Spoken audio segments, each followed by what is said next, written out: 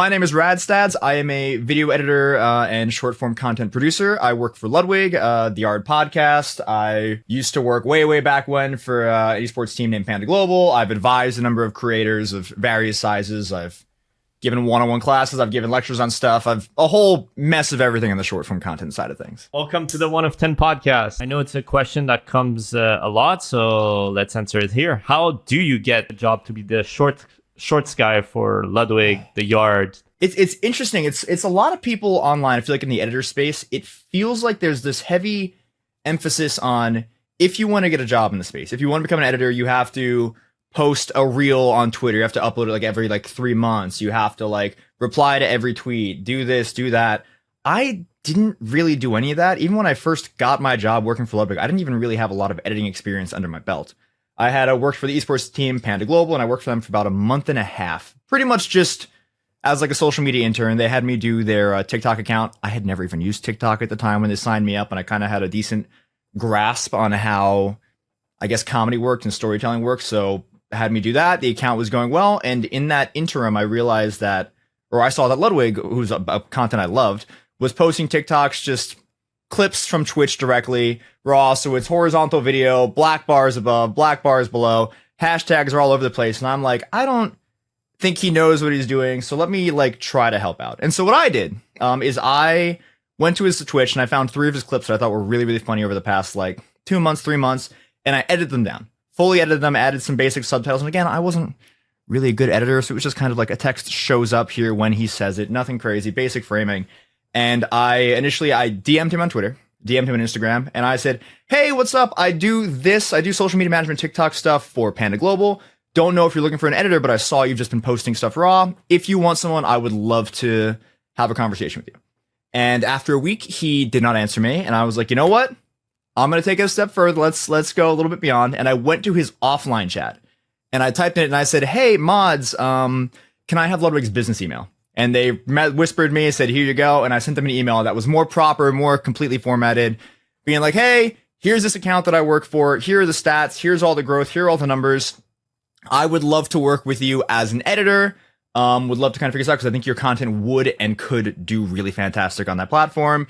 And I included the examples. So just did 3 little shorts. Didn't even take me all that much time. Attached them, and then I think an hour, 2 hours later, I got a DM back from him, and it was funny because I could tell he was trying to be all professional and proper about it. So I get a DM from Ludwig after however many messages, no response, and he goes, I think you're on the right path with this. And I'm looking, and I'm like, oh, that's awesome. And then the next message, no hesitation, Calibri Bold is the font of choice. And I'm like, okay. And I'm asking all these questions. All right, cool, awesome. What do you need? Blah, blah, blah, blah, blah. No response. A day later, he's like, yeah, just change the font and we're good. And I'm like, all right, cool. And that's how I got into it. It's one of those things where it's I know there's a lot of this weird kind of air around cold calling in this space. And I don't think the answer is, let me send an email to every creator. Let me DM every single person ever and say, hey, you're looking for an editor. But I think if you're in this space and you were trying to really work your way into it, if you have the awareness of being oh, this is a creator who is established, who I like their content, which is also something great. If you work for a creator whose content you like, it makes everything so much easier. But you notice there's this gap in their kind of, there's this gap in this world. There's this hole in their content creation that they're not noticing, and you can see it and present it to them. It makes a huge difference. Because I feel so many of my friends are streamers and YouTubers. I love them to death, but all of them are so lazy. And the second they're trying to hire an editor, it is pulling teeth. I'll have friends who will make a tweet hey, looking for an editor.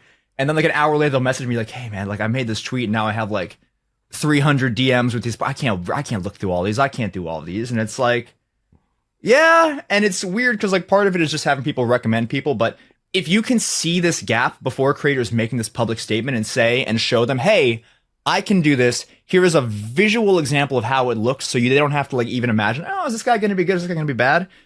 It can make a huge difference. It just gives you a leg up in the competition because effectively you're not competing against dozens or hundreds of other people. You were just throwing your name into a hat before they even realized they had a job they were trying to fill. You lose nothing, basically. Yeah, sending you lose nothing. DM. And it's that extra little bit. Because a lot of the time, even creators are oh, I'm looking to hire an editor. Usually they want a reference video anyway. If you just go and you edit 1 clip, maybe 2 clips down. If you do it fast enough, maybe it takes 2 hours of work if you're just making a little snapshot of this is what it would look like and you send it out.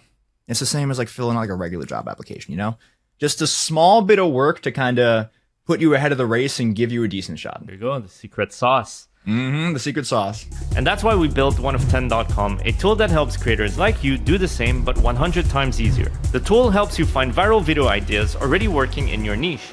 It then analyzes the millions of outliers in the database to help you generate your titles and thumbnails that match your channel. For example, it can create thumbnails in the style of Beluga or even create variations of thumbnails from just a title. And this works in any niche. No more wasting hours brainstorming concepts and designing on Canva. And one creator even used 1of10 to combine a viral idea with a high-performing thumbnail concept. The result? Her most viewed video ever with over 2 million views. And the best part? With code POD20 you'll get 20% off for life. So if you want to grow your channel faster, join thousands of YouTubers and head over to 1of10.com. Now back to the pod. Go deep into the shorts world, right? So maybe let's talk about your most viewed shorts. So most viewed shorts, it's weird with a lot of my content. It's like a lot of the shorts that I feel like are the most viewed ones. They're not necessarily even like the ones that I feel like I did the most work for, I'm the most proud of. It's mostly a thing where like working for a big creator, there's always the benefit of they're the ones who are doing a lot of the heavy lifting. They're the face, they're the script, they're a lot of all of this stuff.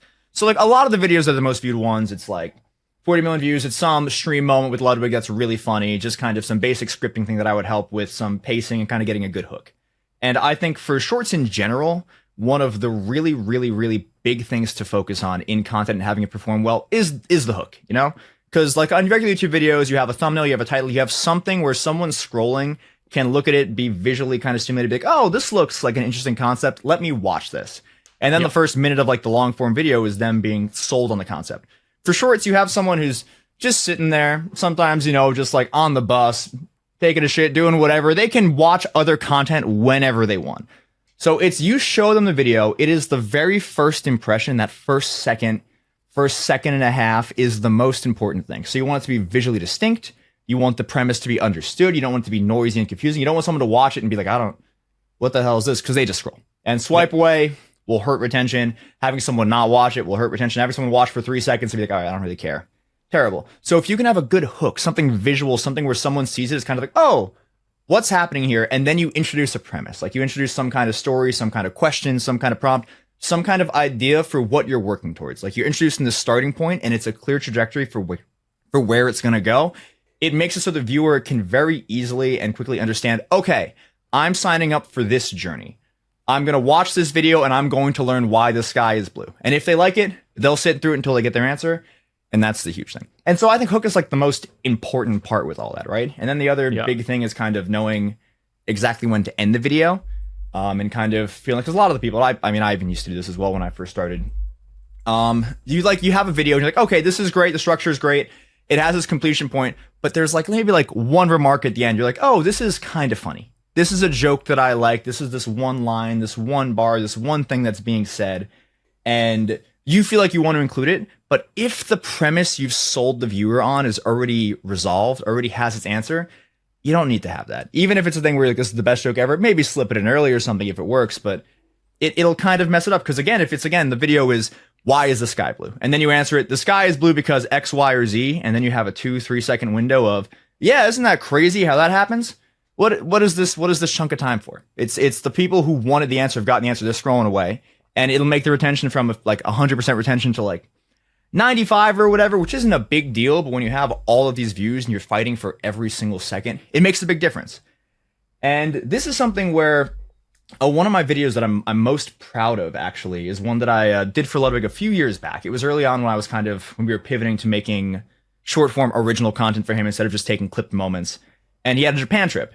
And on this trip, like there were a couple ideas we kind of talked about, spitballed some stuff. And he said, I'm going to do this, I'm going to do that. And one of the ideas was he, in Japan, bought the most expensive strawberry in the world, which was like $300 or something. And I remember he sent me this huge file with all the footage. And I was like, all right, cool, let me check this out. Really excited for it, really curious for how it's going to go. And he sends me the footage, and it's him, like, B-roll, holding the strawberry, doing whatever. Then he takes a bite. Oh, yeah, that's a good strawberry.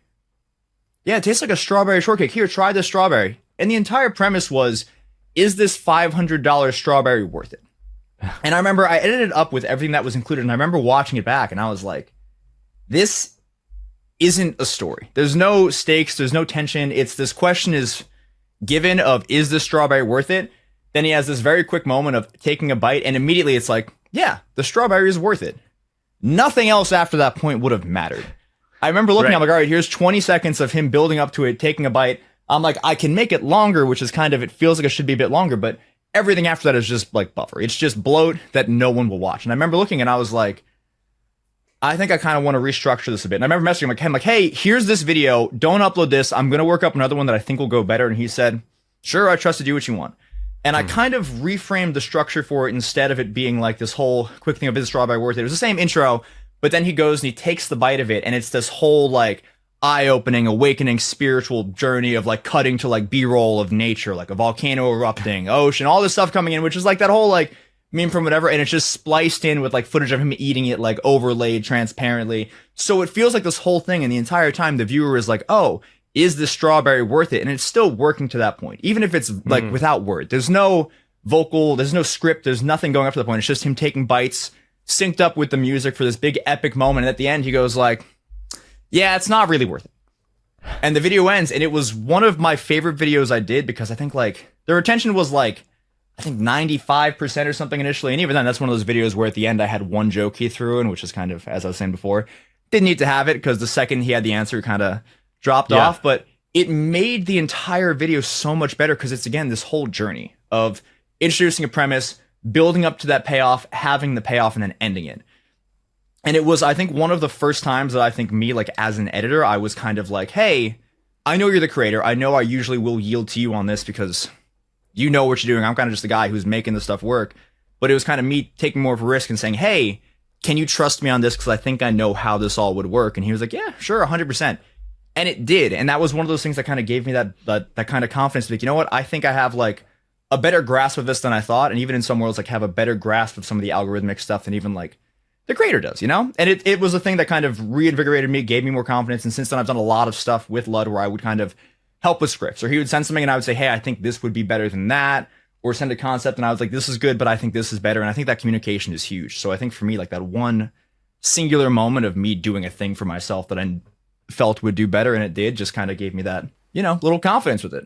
I'm curious, what's your process though? Because you got all that footage, right? And I mean, there was not much happening, let's say. So how do you come about to, like, you know, finding the right hook for that one and the whole storyline, I guess, in that short? Finding the right hook. I mean, a lot of it will depend a lot on what the video is. Because sometimes, like, with Lud, whenever there's stuff like that, if I'm given a video and I'm looking and I'm like, all right, this isn't going to work the way it is, I'll usually tell him, I'll say, hey, video is great, concept is great. For shorts or like for TikTok or whatever platform, we need some hook. I need you to record something. I'll send him some vague script like, hey, can you just say some kind of line like this? Just something quick in the intro, then kind of build into the premise, and then we can just all put it together. So it'll be like a lot of B-roll of him talking like, have you ever seen a $500 strawberry? This blah, blah, blah. And it's just, you know, the whole introducing the premise. But sometimes you need the creator to do that little extra little bit of something and just asking for it. He's, I mean, just wonderful to work with and super easy to work with. So I'll say, hey, I think we just need this. And he'll send something. And even if I don't script, he'll send me some amazing video that just kind of covers everything. Because he, I mean, again, he's funny. He's on top of his stuff. He'll send me good stuff and I'll kind of make that work. And a lot of the time he also will realize, hey, need some VO for this kind of concept to work. But that's usually the big thing for the hook. Basically, there's also another shorts, right? Where the end of it, you finish with a subscriber CTA, then I think was pretty big for you guys. The call to actions. Yeah, I mean, call to action. So one of the things about shorts is it's weird. There's kind of this thought process where a lot of people are like, oh, there's no benefit to doing shorts. You're getting views, you're getting maybe a couple subs, but there's no real benefit for long form, which is this mentality that a lot of people have of like all sizes. Cause I've talked to like big creators and like, yeah, I don't know. I don't really see a reason to do it. And my stance is I think, yes, there is a benefit for every single person, even if the short form and long form audiences are different. There's enough intermingling between them that they can kind of help each other out. And you can, I mean, get more eyes on your content, which at the end of the day is the goal as a creator. And so one of the big challenges. Let's talk more about that because that's a big thing, right? I normally think shorts is not that useful for someone, let's say, starting off, right? Because it doesn't create a community unless you get tens of millions of views, and it's maybe better to focus on long form, then create that audience and then grow from there. Unless your goal is to go all in on shorts. But let's say for a creator that's already present, you would say shorts First, does shorts lead to long form views or no? From your experience, I think yes. I think for creators of like all size, genuinely, I think if you're starting out as like a creator, you want to try to get an audience. I think shorts are, truthfully, it's an amazing way to establish yourself. It's an amazing way to get that starting community. And I truly think it does convert to long form. I have my own personal examples I'll get to in a second. And I think for long form, I mean, established creators as well, there's a benefit. You know, it's right now we're in a world where a lot of views are coming from people who are, again, just on their phones, sitting in a car, going to school, getting back from work, on their lunch break, scrolling TikTok, Reels, YouTube Shorts. And that is a whole different pocket of viewers. And even if it's like, oh, well, they're not going to convert to long form, it's like, well, this is still an audience, right? This is still an audience of people who like your stuff. And if you can establish that kind of respect, that kind of, if the viewer starts to like trust you enough, that level of trust with the viewer where they say, you know what? I like this guy's stuff. I will watch 45 seconds of their videos a day when it shows up on my feed, and I will enjoy it. I think they're funny. I think they're good. They are consistently giving me the videos that I want to watch. And they see a long form video when they're on their own, scrolling the feed. They're more likely to click it. They're more likely, even if they normally wouldn't, because it's a face they recognize. It's someone they recognize. And even if it's not, like, again, the same level of trust as like long form YouTubers telling like hour-long stories, being vulnerable, that have had like years upon years upon years upon years upon years of experience editing these things to this community, these people see you and they recognize you. And so my own like personal example for this is one of my favorite things about like shorts and working in shorts is I love solving problems. I love figuring out how things work. So for me, when I first got started again with Panda, it was a lot of, okay, cool, video editing, I'm whatever. I can get the job done. I don't really know a lot of stuff. I'm making these awful masks. The text is popping in. It looks ugly, but it's showing up when it's being said. But I was like, I want to learn how the algorithm works. And I want to learn how it functions. I want to learn all these tricks to kind of help guide the content to the right audience. Because again, for performance, anything short form, it's hitting that audience and having them like it and interact with it, engage with it, like watch the entire thing is always huge. So what I did about, I guess around a year ago at this point actually, was I made myself a YouTube Shorts account. I just made an account. I was like, you know what? I want to see how this works for me, because I've never really properly tried to just make my own content in a way that felt significant. And I was like, and I want to give like another, like a lecture on everything I learned, how to do it, how to build yourself up. Because again, so many of my friends are smaller creators who are trying to establish themselves. And I was like, if I can view these stats through the lens of a creator who is, again, starting from nothing and show the numbers and the goals and what to target for, it feels more beneficial to the average person than if I'm looking at Ludwig, who's already an established creator, and using his stats as a baseline. Because again, that's not a baseline. You know, that's just someone who's already made it, who his face shows up on a feed. People know him. There's already a level of trust that is different from someone who nobody knows. And so I made this account, and it was super, super basic. It was just called Radstads. I haven't used it in a bit just because I've been so busy with work stuff. But the whole concept was just me playing puzzle games, which I love.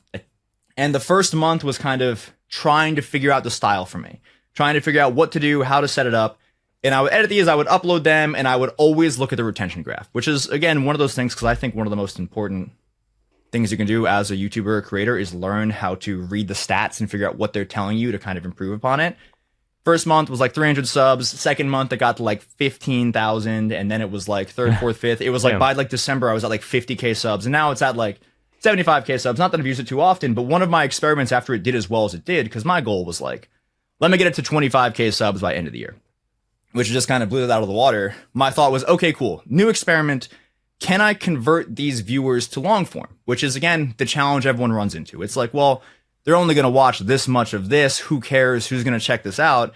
And so what I did is I just made long form cuts of the videos. Because a lot of it was, all right, here's a 45-minute block of me recording it, going through puzzle. Let me make a long form of this. I'll use my face in the thumbnail, because at this point, people know my face in the short form stuff. If it's someone who wouldn't normally see it, they'll see my face, maybe recognize it. There's that slight level of trust, possibly click it. And my mentality is, if your long form videos have the same kind of vibe as your short, if it's the same thing but bigger, right, which is effectively what a long form video is, the viewer will still have a good time. So I uploaded it in my first one. I think I got like 35K views or something on a long form, and all the other ones in the same game kind of got along that kind of view level. Retention was great. Comments like, oh, I'm so glad you uploaded more of this. Comments on the shorts became like, oh, are you going to upload a long form video of this? Oh. And it was an audience of people who, again, I built just in shorts, who were asking for long form videos. People who were asking for longer videos to check it out, asking to do this, that, or the other thing to try to get more of the content. And it's everyone talks about how doesn't exist, and there's no reason to have this crossover, and it's not going to be any benefit. But this is just one example of that being like decidedly untrue. And then I have a number of friends as well who have also had success with this. Like I have one of my good friends, Bundun. He started off like just doing short stuff, just kind of doing like general like talking ahead, like cracking jokes, like what's more expensive, this knife or this thing in real life or whatever. And he uploaded or converted to like long form stuff, and even doing like YouTube live streams. And he has like tens of hundreds of thousands of views in his videos now. They're all popping off. And I have another friend, Nbird, who just started off with like some Dark Souls, Elden Ring kind of like, this is the most powerful weapon in X, Y, or Z game or whatever video. And he uploaded, I think, a long form video on his account for the first time in like forever. And I think first 2 days, 3 days is at like 35K views. And that's someone that, again, before it would probably upload one and have it get just a couple thousand. It's, again, these are just isolated examples. And I don't have the exact stats because it's more on their end of people who have established themselves with shorts and have converted this to an audience, people that like their content enough to watch a full thing. Someone who's willing to give more of their day to enjoy this content and building this community. So I think if you're trying to get started, you're trying to get your feet wet, you're trying to ease your way into the world of content, I think just editing short form is, I think, the easiest thing to do. It is so much less work than long form. And if you're a creator, you're probably going to be a perfectionist. You're going to have an idea in your head, 15 scripts, and you're going to be like, oh, I want to do this, but I want them to be perfect. And you never end up doing them. Just do some shorts. Use it as like kind of some test. If you're going to hire an editor, it's way cheaper. If you're going to do it yourself, it's way easier. And just try to figure it out. Try to find your voice. Try to find your style. And you can literally set yourself up to really have a chance to kind of get that audience. And I think it's just a great way to kind of intro yourself into it, you know? If you're starting off, like there's a big barrier of entry, right? To doing long form. There's so many things to learn. Like, are you putting a camera? Are you putting a phone? And so on. Shorts, you film quick, just your face, 30 seconds, and you try things out. You put it out there. Just getting that motion, that action gets things started.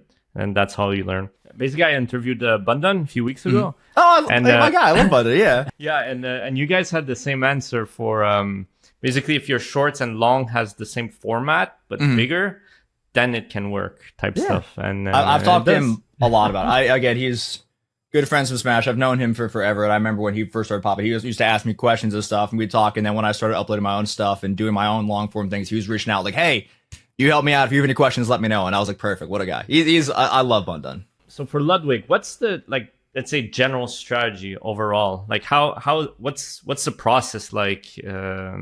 On a weekly basis. I mean, the process has changed so much, I think, since I first started working for him. I don't even know if I can give a concrete answer. I can kind of explain how it all used to work, all the different levels and all different ways it does, because he's someone where he always likes to kind of be at like the forefront of this is kind of what is popular and trendy format wise right now. This is what people tend to be doing, so I kind of want to do it this way. But like when I first started for him, like I think it was like 5 years ago at this point. Jeez, God.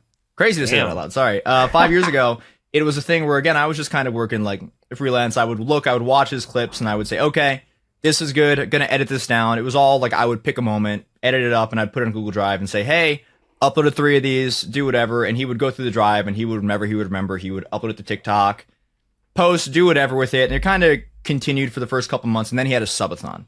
And around his subathon, he was like, hey, I'm too busy to upload stuff, but there's a lot of stuff happening. I'm just going to give you my login information. You can upload whatever you want. We'll still like the same rate or whatever, and you can do it this way. And that was kind of when I really felt like it made like a big difference. Because again, like he'd upload stuff, and he would just like a content creator, he would like upload a video, and like the description would be like PP, and there'd be no hashtags or whatever. And I was like, hey, by the way, I think you could use like hashtags and stuff. And he's like, nah, I think they're kind of a meme. And I was like, okay. But again, this was forever ago, and I started doing that, and it was a thing where I had like a good grasp on how the content worked, how all the hashtags work, how the algorithm works, so I could kind of upload stuff to guide it, and it felt like it as a whole, like the baseline views would kind of go up from there. So it was a lot of me.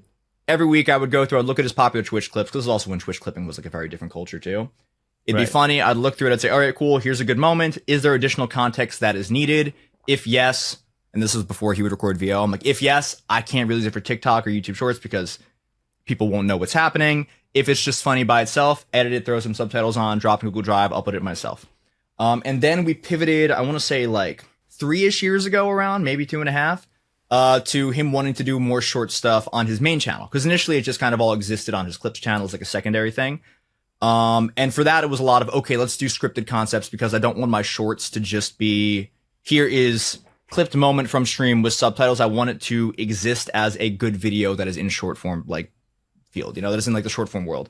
So it'd be a lot of, he would send a concept to me. He would say, oh, I'm going to record this. Like, I'm going to try to make a game viral. And he would like do it on stream, like record it, have his moment. And then he would send me VO of him being like, can you make a game viral overnight? I tried to, blah, blah, blah, blah, blah, blah, blah, blah, blah. And it's from there, it's easy because I'm like, all right, cool.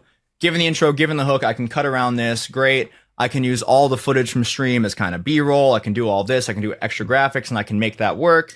And then it was a thing where I could also recommend like, hey, this could be cool. There's the thing you did on stream that I thought was a great moment. If you just give me this VO for this kind of thing, I think it's really great. Would work super well. And he's like, all right, cool. And it was a lot of like cooperative stuff. It was kind of like a 2 or 3 videos a week schedule. It's super easy. And then we wanted to kind of increase the upload rate. So we ended up taking on the team like, by the way, at that the team. I was just gonna get to that. My team right now, it is so Ludwig is like the head of everything, and it's me as like kind of like the been around the block shorts editor, and we have another editor named Cam who we took on like I want to say like a year and a half ago. Good friend of mine who's also fantastic.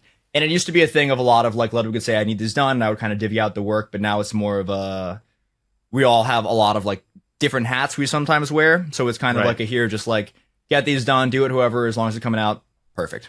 So we would start to give him ideas, send him stuff, and then he would start to send a lot of other things, like a lot of scripts, a lot of VO. Here's a moment I'm going to do. He would give us heads up like, hey, I'm going to have this moment on stream. Just be ready to clip this. And it was kind of a nice balance of him giving us heads up for a concept he had that he wanted to convert into a short, some off-stream thing he would record, or some like stream moment and intro. And now we have since then kind of pivoted back, I think because of the way like I feel like all the phase boys are treating TikTok right now, where it's a lot of like here's a stream moment, some funny audio thrown on. It's a lot more of like oh, here's a good clip moment from stream, just kind of convert this and kind of more back to basics. But it's all great, and it's kind of just the changing tides, of the short form field.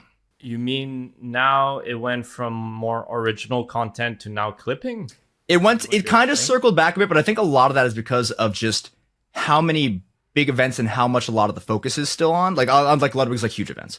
Like it's kind of been a bit of a pivot, and it's a lot more of like a clipping thing and a lot more of these moments are funny and authentic and good and exist in this world where they can be consumed and enjoyed as is, and the hook is naturally built into it by a stream clip. And it's a thing where now, because shorts have been around for so long, people don't it's like it used to be a thing where on YouTube shorts there like almost needed to be this kind of like hand holding of, hey, you're used to watching a guy look at a camera and talk and say what's going to happen. I'm going to do this. And now it's been around so long and people are so used to TikTok and Reels and everything that it's no longer as much of a requirement. And I think because of, again, how many events he has going on, also their additional work that he's doing, it's more of a thing we're pivoted to kind of a bit more of the easier kind of upload like rhythm to kind of make sure we're getting stuff out more or less daily and making up for just all the trips and stuff he has going on. And it's kind of been more of a pivot on that end. But we still do like a lot of like big like voiceover scripted stuff, but it's more of like filling it with clip moments in the interim, just kind of make sure the content output is consistent, because still uploading stuff consistent is also just always important.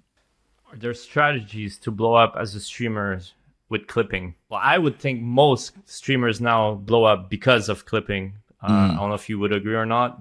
A lot of very strong feelings about a lot of clipping culture stuff. Yeah, I think it's one of those things where, I mean, for starters, I think there's like a good and bad way to do it if you are someone who is clipping for a creator. But I think it is functionally, to me, it's kind of viewed in the same realm of like uploading shorts and getting an audience that way. Because again, short form platforms, I think, are the easiest way to get eyes on your stuff for the least amount of work. And I think clipping kind of exists in that exact same world to me. It's just a thing where it's less of like I'm going to get this branding, this style, this voice for the creator, and a lot of like, oh, here was a funny moment. I'm going to throw it into Premiere, or I'm going to throw it into CapCut, and I'm just going to add blurry lines around the bottom and maybe some basic subtitles that pop up or whatever, and just upload that. And it functionally is the same as if like an editor has the whole, or like a creator has like the whole team like edit it up and make it look really polished. But it's still, if the content is good and it's just uploaded there and people see it first, it will perform well. And I think it's a lot of the reason a lot of creators have blown up recently is because they have all of these people, all these fans who are like, I love this stuff. I realize that if I upload this moment of a creator I like, that is funny, like it will get views, it will perform well, and that directly is like effectively promo for them. Like I think like Queso, for example, is someone who I think has just like a lot of his blow up has been he's funny as all hell, and a lot of his blow up is people just upload his clips to TikTok, upload them of just, oh, here's a funny moment. I don't even know if he has like an actual official short form like account, but I just see millions of accounts of his. And then again, a lot of like the FaZe guys, like Arky, for example, is someone who blew up really quickly, and obviously he was in kind of that circle, but I see like dozens of stuff of his where it's just people who are just posting moments that are funny and they're just vaguely edited down. Same with like Jason. Like even like I have like even like one of my good friends, Cinna, at this point, who's someone who is a lot more established, but she still will have a lot of moments that go viral that serve as advertising because of fan accounts who were like, this is the thing that happened that was funny. I'm just going to convert it myself. But I feel like there's also kind of this weird like subset of clipping where there's some people who aren't like necessarily doing it for like a love of the creator or a passion of it, but are trying to like it feels like compete with and sometimes undercut a creator. Like I've seen situations where it's like I even myself personally actually had a moment forever ago where there was this esports team this esports org called Esports that was on TikTok just taking videos that editors had made for creators. Like they would like go to Ludwig's page, go to Shorts page, directly download a video with one of those websites that removes the watermark, upload it themselves, give no credit, not at him, not mention him, throw their own sound in so you couldn't even find the original, and would do that to grow their own account and make money. And that's the thing where to me it's like one of those weird areas where sometimes clippers think, oh, well, I can take this edited content down and I can upload it myself and I'll get views and subscribers and sometimes money. But it's like, well, no, this is a thing where you're not just raw clipping a moment, taking a thing that was like shared and public. You're now taking a service that was done by an editor and you're using it for your own gain. And sometimes the thing where there have even been people I know who like, not like know like personally, but I like know of that have like gone to these fully edited videos that creators have made and just like, all right, cool. I'm going to cut this video up and I'm going to upload it to my own clips channel. And I'm going to have this moment that is like, let's say like a 1 minute, 2 minute moment in this 30-minute video that is really, really funny. I'm going to upload this by itself because it's funny. And they, in a way, kind of poach some views, kind of get some money that way, and kind of are like yanking a bit from the work the creator put into it. And that's kind of that clipping that to me feels a bit more like in that morally gray or almost like, right. It's almost like a parasitic way of being like, it still is advertising to some extent, but it's also like the big benefit for a creator, I feel, is if all like the main accounts, like the clips channel, the like the TikTok, the shorts, whatever else is all under their umbrella, and they have a team of people who are editing it and keeping the branding consistent and are still like getting that benefit, you know? Because then it's like, again, like if you have a channel where it's like, these are my clip moments and you are uploading it and it's doing well and you're getting subs, it is more directly beneficial to your team and the creator than if there's like a dozen other accounts that are doing it and kind of exist in their own world, stepping on toes. Sometimes even there's the whole weird thing of DMCA stuff where creators or like fan accounts will upload a stream moment first, and then the creator uploads it and they go, yeah, I'm going to DMCA that guy who actually was the one who did this first. You know, it's like, it's this weird kind of like, I guess you're seeing that Wild West of things, you know? Let's say you're a streamer from zero, right? You're getting a couple of viewers. How do you blow up with clipping for a beginner and also for an advanced streamer as well? What would be the difference? So, I mean, my first thought is I tell my friends this kind of the same thing is I think if you're a creator, if you're a streamer, I think streaming is, I would honestly almost argue it is harder to grow from zero in a streaming space than it is in YouTube because discovery is so big. I think it's like a thing where like you go live with one viewer, you will have one viewer for forever. Yeah. If you're in any category that has people, it's like, because no one's like, I mean, I watch Twitch and sometimes I'll scroll like, oh, let me check out a new category. I don't go past like the third row. Right. I see like the views in the hundreds and I assume everything below it is not going to change my life. I just stop going. And it's like, all right, cool. What are the odds that like you're in a category with 1,000 streamers, someone's going to scroll all the way down to 10 viewers, 9 viewers, 8 viewers, 7 viewers, 5 viewers, 4 viewers, 2 viewers, and be like, yep, this is the guy I'm going to watch. Like you're not going to sell someone that way. So I think in like this world of like clipping and shorts and stuff, my big thing is I think, and I know I've said it already today, I think short form content is, I think, the easiest way to get your stuff in front of an audience because, again, you can have 0 followers on TikTok, upload a video that is good, structured well. The hashtags are good and the structure, I'm kind of saying the same thing, but the retention is good and it's kind of capitalizing on all the stuff that shorts need to perform. And you can gain a following that way. And it's, again, not like, oh, you get 1,000 followers, you're going to get 1,000 more viewers. It's like, no, you have 1,000 followers, but now maybe let's say like 5 of these people are like, wow, this is really funny. I want more. Maybe they'll check out your stream. And that was again something that happened with me, with my my YouTube account, the Shorts account. Is I wasn't partnered on Twitch until like April of this year, and I've streamed for forever. And I would regularly start getting viewers after I made that account popping in, being like, "Hey, came from YouTube, love your stuff." Hey, came from YouTube, wanted to see the stream. And even then, my stream is very different from what the content was like on that account. Like, I'm more of like a yapper, kind of cracking jokes, doing this stuff with my community, which is very different, but people were coming and they were enjoying that. But one of the things that I tell my friends, I tell again, like all my stream friends, is I say, if you're going live, and this is a mentality Ludwig has to some extent as well with like long form videos, and he's done a lot of talks about it, where he goes, I think the important thought about streaming is going in with an idea that you're going to make into a long form video. Is going live and saying, all right, here's a concept that I can convert into something long so that I can kind of have this YouTube audience and this Twitch audience, and I can cut it up into shorts or whatever. And I think there's almost a different view if you're a smaller creator. And I think it's to go into every stream with like two moments, like two things that you think, hey, I want to talk about this. I think it could be funny. I think I can make a natural story, a natural structure, a natural short. And go in every day with like, if you're not making a long form video, let's say you're going to go live, you're going to play Apex Legends or something, because that's just what you like to do and you're still establishing your voice. If you go live and in that 30-minute period at the start before you're gaming, you say, all right, I have this this joke I want to make and this story I want to tell. I'm going to go into it with the mentality of, let me make this for the clip. Let me play this moment up for the clip. You get this clipped moment, which you can, again, if you have your own clips channel, you can upload it there. And if not, you can just, again, convert it into a short. And now you have a video that is live streamed, which again, if people on Twitch or if people on TikTok or Instagram Reels or YouTube Shorts see a video that is obviously live, they think, oh, this is a streamer, and they're more likely to go check it out. But if you have this moment that is good and it's structured in this way that will perform well, you naturally give it a hook, you have all these jokes, you cut it well, upload it, it can do well on any of those platforms, which will again help you grow there, which can again help pull people that way. You mentioned hashtags a few times. Is it that needed on TikTok? So I think hashtags are so important. It's, I mean, I know like all the algorithms change a lot, but my understanding from when I did all my studies and everything, and again, it might have like changed a bit, and I even had conversations with like the TikTok team like a few years back at this point. So again, it might not be as 100% accurate now, but from what I found and what I had conversations with them about, the way content is pushed on TikTok is if you upload a video, it sends it out to an initial group of people. And that kind of depends on how big your size are, who's active. And let's say you make a new account. For every viewer, which is going to make a number, it shows it to 100 people. And of that initial 100 people, it will look at what the retention is. It will look at if they like the video, if they share the video, if they comment the video, if they swipe away immediately. And from that whole initial sample size, it will decide, okay, this is a really good video. I'm going to push it to a wider, more broad group of people as like a second wave. So like 100 views, and like, all right, cool. And it'll push to like 10,000 people. And then it'll look at that and be, all right, cool. So of those 10,000, like let's say half of the people watch half the video, 25% of them are liking it. A lot of them are sharing it. This is a good video. All right, cool. Let's keep pushing it. And so TikTok will kind of do that until it kind of reaches this like inflection point of, okay, the returns are lower. Now let's say it's like 40% of the viewers we're pushing it to are like engaging with it or liking it or whatever. We've reached the natural like cap of where the video should go. And the bigger the video gets, the more broad the audience pushes to. But one of the important things is capitalizing on this initial group that the content is shown to.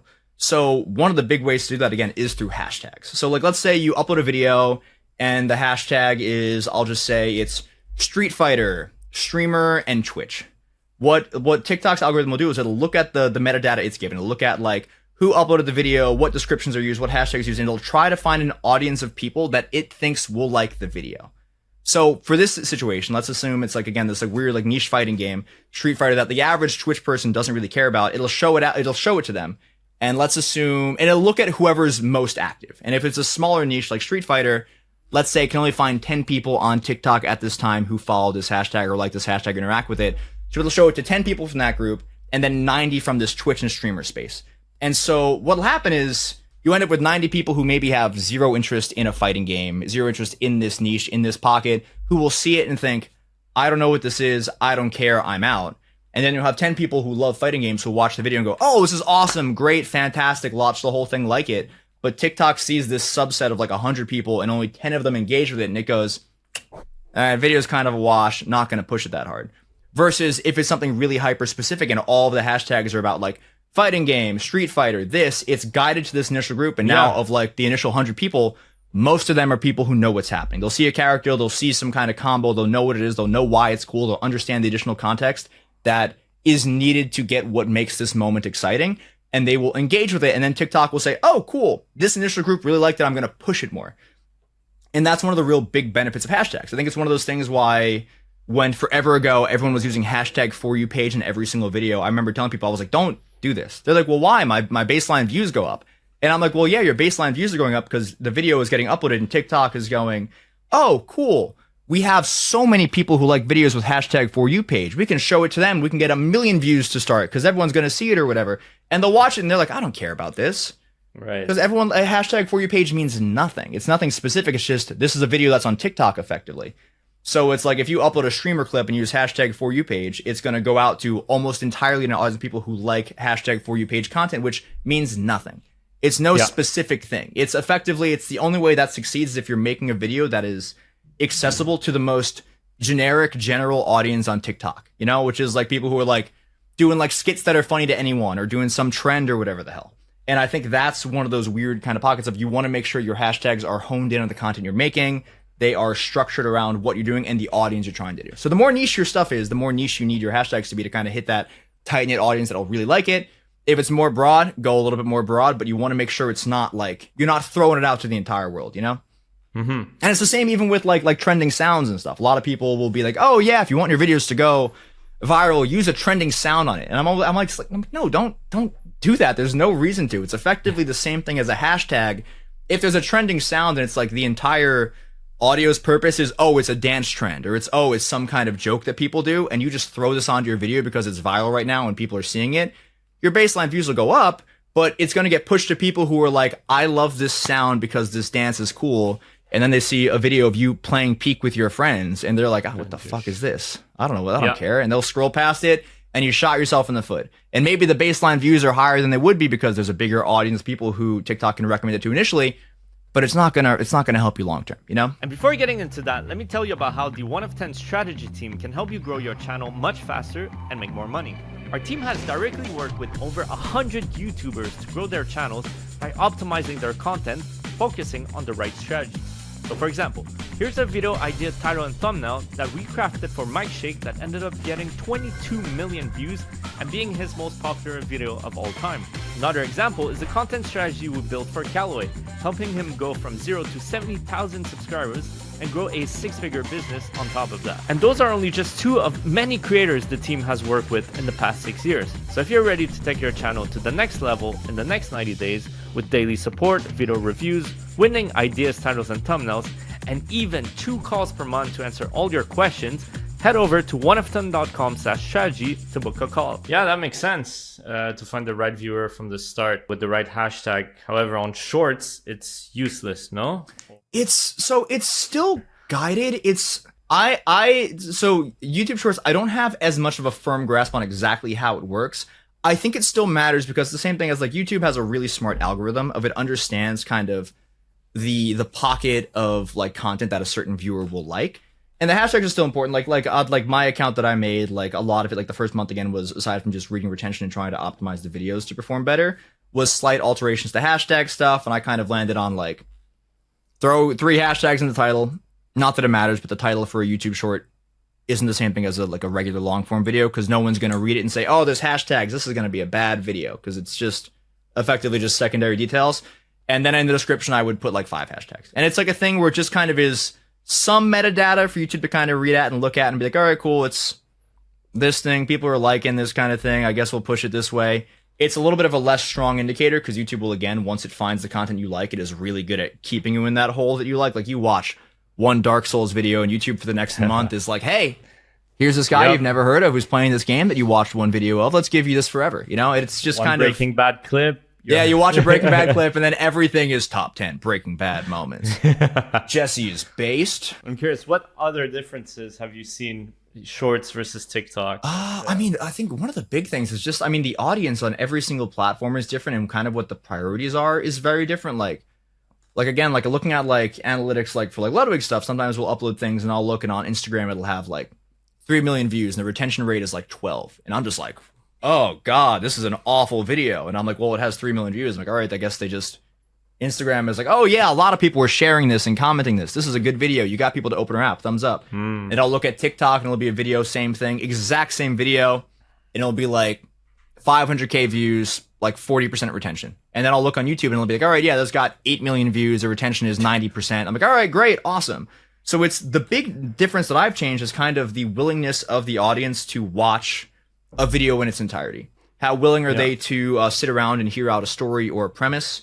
How willing are they to have a video that isn't just view, visual, pop up, funny moment. It's like, how much stimuli do they need to stay hooked? And YouTube, again, is the audience where these are people who have this passion for stories. Because YouTube is an app for telling stories, keeping people for long periods of time, like getting them to be interested in the hook that you're presenting and the whole premise and the whole narrative. So they are people like, all right, yeah, I'll watch an hour and a half long video essay. I can sit through a 60-second YouTube short. And then TikTok is, again, the one where it's, again, people just like going for a walk. They're never trying to like fry their brain for a little bit. They kind of want something quick. They want something funny. They want to watch it, and they want to, the second they lose interest, they're going to scroll. It's not like they necessarily need the payoff. They want to be entertained for as long as they can be entertained. And the second they're not getting that little, like, the jingly keys in their head, they're like, all right, this is what I wanted. They're kind of like, okay, I've had enough of this. I've seen enough of it. It doesn't really have that same kind of necessity to complete a story. They can kind of get to it and they can say, yeah, I've seen enough. You know, it's the same kind of culture of like people who watch movies on TikTok. And admittedly, I'm kind of guilty of this to some extent, where it's like a thing where I'll watch it and I'll watch like 2 clips and I'll be like, wow, what a great movie I watched the entirety of. I saw 3 minutes of it and I'm like, wow, I loved that movie. You know, it's like people who are just kind of getting enough of a fill. They're kind of getting what they want from it and scrolling past. And then there's Instagram Reels, which is, again, like, an app that confuses the hell out of me, and the more I try to figure out about it, the less I seem to know. But the focus on that seems to be like content that friends will send to friends. Like, it's like, oh, we want content that people are going to share it to their friend. They're going to get a pop-up. They're going to be, oh, I got a DM, look, watch the video. And to them, it's like, that's the greatest thing ever. It's also, Instagram has, I think, a very different like liking culture than like TikTok. Because people on Instagram, I think, are trained to just see a video, like it, keep scrolling. Just because that's just kind of how it used to be. Like, I'd see a friend post, I'd like it before I even knew what the hell was going on. So all kind of different in those situations, all very different audiences, very different targets for what it's looking for. So it's one of those things where I've also told some creators who either have like the teams for it, the time for it. I think one of the best things you can do to give yourself the best chance on every platform is if you can really learn what your audience wants on each of the 3, and you are able to make like 3 different cuts of videos that are more like kind of catered to that audience. You can have a really good premise that can do well on YouTube Shorts and TikTok and Instagram Reels with just a little bit of trimming the hedges in between, you know? But it's just, again, it's like... Is that what you guys do? We don't do that just because, again, it's one of those things where it's like, it's a lot of additional work that doesn't necessarily have to be done. And the returns are very marginal. So it's like a thing where I don't recommend, like, if you're trying to establish yourself, I'm not saying like a small creator, oh, make 3 different videos of everything, because that's a lot to ask for anyone. But it's like a thing, if you have the team for it and you have people who really truly understand each and every one of these algorithms, you can make it so every video effectively can be a hitter on every platform. But it's just, again, a lot of extra work, a lot of extra time, a lot of extra money that isn't necessarily worth it when you can make one good video that will do really well on one platform and pretty well on the other 2. It's like, all right, cool. Do you want to have this triangle and have everything be max stats, or do you want one really good one here and these 2 to kind of exist and just have this one project that you have be enough for that, you know? Yeah. So those are the differences between social platforms. What about the differences between the Yard and Ludwig? Is there something different in the process or the way you... I mean, I think definitely. So, I mean, for the Yard, it's a podcast, so it's a lot less of like the guys aren't saying, oh, here's a funny moment, let me record 20 seconds of me talking about it before you show a 40-second clip of us talking about it. You know, it's like the podcast by nature, it's just them all shooting the shit, having a conversation. So a lot more of it is every week they'll upload their video. I'll go through, I'll watch, and I'll kind of clip the moments. Because I also do like just some clipping stuff for them. And I'm like, all right, cool. Here's a funny moment that's good. It's like 5 minutes long. Can I convert this into a 60-second or shorter, like short that kind of gets the narrative across, introduces the premise, has all the funny beats, doesn't lose the comedic timing? Because that's, again, one of the other, I think, challenges I run into, almost specifically with the Yard more so than Ludwig stuff. Because if you're someone who's comedic, one of the important things to understand, I think it's actually a good skill for any editor to have, is comedic timing. Is to understand the kind of cadence of conversation Like sometimes, like a lot of time people be like, oh, you don't want to waste any moments. You want to make sure everything is cut. But sometimes that like second or two of silence is like that thing that makes the joke pay off more. So a lot of it I look and I go, all right, cool. This 2 minutes of time is really, really funny. I can make it 2 minutes, but I obviously want to try to trim it up as much as I can. And I'll look and I'll watch through and I'm like, all right, cool. Let me cut out this stuff, which doesn't like add stuff. Like it'll be like them talking like, oh yeah, I had soup today. It was really good soup. Oh, what kind of soup did I have? Oh, the soup was really good. And I'm like, all right, cool. You're just saying this stuff doesn't really matter. You can just say, all right, I had soup the other day, and then kind of cut to this next stuff where the storytelling makes sense. And then I can kind of edit and be like, all right, well, here's this moment. He says this thing, and then there's a pause, and the pause feels a bit like awkward maybe on like a first listen, but it's like that is the reason this joke lands. It's like, all right, cool. This whole segment, this 5-second segment, which has one line at the end, I need to have all of this here. And I'll kind of piece, cut it all up until it is this cohesive, like, snippet of stuff. So it's a lot more straightforward. It's more of just an understanding of this is a story that's interesting, or a moment that's funny, or a premise that is cool. And just kind of using that and just converting it to a short. I'd say for this podcast, would you recommend us to put shorts everywhere? Because it's not like a funny podcast, right? It's more of like educational, but then those maybe don't go viral. So always wonder I mean, my recommendation is, I think if you have content that's going out, if you are making the time to create something that you are passionate about and you are interested in, I think there is an audience for, I think, literally everything. True. And I say this to anyone, I think you can have the most niche, random interest in the entire world. You can like love basket weaving, and you could make an account about basket weaving, and you can establish a community, I think, for anyone, for any kind of field. I think yours is educational. I think it is a matter of just kind of knowing, okay, how do I want to package this? What do I need to do to make this like consumable? What do I have to do to structure this video so the educational content is reaching the people who want to learn? Because again, there are like being a YouTuber, being a content creator is like one of, like, I think it's like the #1 job or something. Maybe I'm just making stuff up that kids want, that people want. It's everyone wants to be a creator. I had my college reunion last summer, and I remember being there, and like friends who like knew I was working in the content space, like, oh, I want to make a TikTok account. I want to make it like, how do I become famous? And I'm like, you are asking a far bigger question than you think. I'm like, all right, step 1, figure out what you want to do. Step 2, post. Step 3, a lot of other things. Learn how to post better. Right. I'm like, these are the 2 things. I'm like, if you want to be famous and you are not posting or making content, you are not making steps towards it. You are just saying this thing that you want to do and making no actionable, like steps towards it. But I think really stuff is educational, because there's a lot of, on TikTok, I see a lot of accounts that are like focused on like, here are streamer tips to grow as a blah, blah, blah. Here's things you can do. Here are 10 apps you need if you're a streamer and you want to build an audience. Here's 5 tricks I learned to become a better YouTuber. And it's like that content does well. It has an audience of people who like to enjoy it. I think it's just kind of finding where your voice specifically in the situation, Richard, like will fit, finding out like, what is it that I want to do? How do I want to teach people? And how do I reach that audience? How do I structure it and stuff? And I think once you figure that out, I think there is a lot of people who will enjoy it. I think it's just kind of picking and choosing the valuable information and like finding the ways to get it to those people.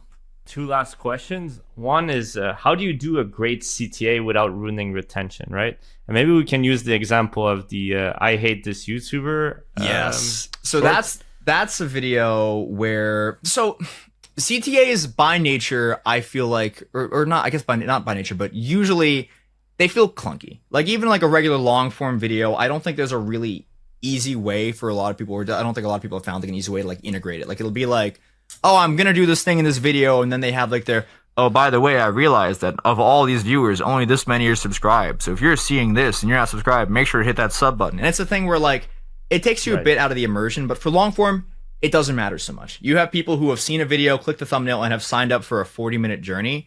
If they have an 8-second snippet of time where you're saying, hey, can you subscribe? It means a lot. They'll go, okay, sure. Or they'll think, I'm not going to do that, and just watch the rest of the video. On shorts, it is a much smaller time frame. You can't have 8 seconds of, hey, by the way, if you like my video, don't forget to subscribe. Because again, it's like, all right, cool. Now, like, 1/6 of your video is you asking someone to subscribe. Right. There's not like a level of trust. You're not earning this. It's you've showed them 15 seconds of video and then you've incorporated this thing. So it's like for shorts, it's one of the things a lot of people struggle with is finding ways to like ask for a like, ask for a sub. And I think there's a couple ways of either something subtle, like some vague pop in, which like a subtitle pop up at the top. It's like, oh, don't forget to like, comment, subscribe, which isn't intrusive, isn't taking out of the immersion, isn't taking out of the content viewing experience itself. Or, and I think the better thing to do is finding a way to fully integrate this CTA into the video. Yep. Like it's like, oh, if the video was like the premise is like, I'm going to swim 25 miles, which I've never done. It's going to be really hard. And you were like, and if I get 50,000 subs, I will swim twice as long. And you fit it in naturally. It's a thing where the viewer is not going to hear it and go, oop, I'm being sold something. I'm being advertised to. They're going to hear it and think, this is a part of the story that I agreed to. And they're going to be like, you know what? Yeah, I'll subscribe. I enjoyed this. I forgot this guy told me to do this thing. I'll do that. So one of the best examples is Ludwig made a video. It was a short from like, I think it was a few years ago at this point, where it was him talking about how he wanted to be the most famous like YouTuber, biggest YouTuber from his hometown, but he wasn't because there was some Fortnite creator, I think it was like Mr. Top 5 or something. It was something along those lines. It was like this big creator. And the entire video is about how he wanted to be the biggest creator. And now he's fighting this big, like this gargantuan force and all of this stuff and kind of a little bit of his story and kind of the background for it. And then is like this whole thing. So like, so please help me defeat my rival and become the biggest subscribed streamer in this X, Y, or Z space. And the video itself is like 55 seconds. The story is great. Everything he said was fantastic. And it all structures a really good, like it's just is a really, really good narrative focus. But the entire video itself is effectively, it's a 55-second call to action. Right. The entire video is saying, hey, I want to have the most subs in my hometown. Here's this guy. Here's what he's at. Let me become the most. Help subscribe so we can do this. Help us as a team. We can do this thing. And everyone who watched, it's like the entire 55 seconds is this premise of, if you subscribe, we can help win. And they're like, oh, I, as the viewer, one, I can participate in this. I can do a thing that can help. I can have this moment. I can be a part of something. And the entire video, it's effectively an ad, but doesn't feel like an ad, you know, because you're still a story. It all is still baked into it. It's 16 million views. It is at 500K subs. 500,000 subs for one short out of 16 mil. It's basically 1/30. It's 3% of his. Mm-hmm. And then I also know people who have done videos where it's like, oh, I'm starting a Minecraft world, and you know, I hate digging dirt, but I've made a decision. For every subscriber, I'll dig 1 block of dirt, and they'll do that. And I know someone who got like 1.2 million subs off that. He got a golden play button off of one singular short. And then he made live streams of him mining the dirt and got thousands of views because it was like this whole community thing of, yeah, he's doing the thing we made him do. And it's like this stuff where it's the entire video is you're giving the viewer like a, hey, this isn't just a video you're watching. You can be a part of this. This thing you are doing by subscribing, you are making an action happen. There is a consequence, there is a result, there is a payoff because of the thing you are doing. And it makes the viewer feel more empowered. It makes them feel more invested. And the story is being sold to them in a way where they're like, wow, I really love that this whole structure is built in this way. And it doesn't take them out of it, you know? Because again, one of my, it's if you can make it natural, if you can make the viewer like not pulled out of the immersion, the story you're told, it just makes a huge, huge difference, you know? I need to do those more. Yeah, 100%. You're changing my mind on shorts. This is great. Hey, listen, I'll preach it forever. I think shorts are, again, and I've said it about a dozen times already in this podcast, I think it is the best, by far, best way to grow an account, get a following, and really establish yourself, especially with how much work it takes to make a long form, how many creators are trying to do the same thing. It's just a head start, you know? What's one last nugget you could say that can help someone blow up their short, right? Like, now we know the hooks, high retention, good story, no fluff. But like, what's one thing maybe you guys learned? When you're making a video, when you're editing a video, creating a video, I think one of the most important things for you to remember is that the viewer at home, they're watching on a phone, they want to have the most easy, relaxed viewing experience possible.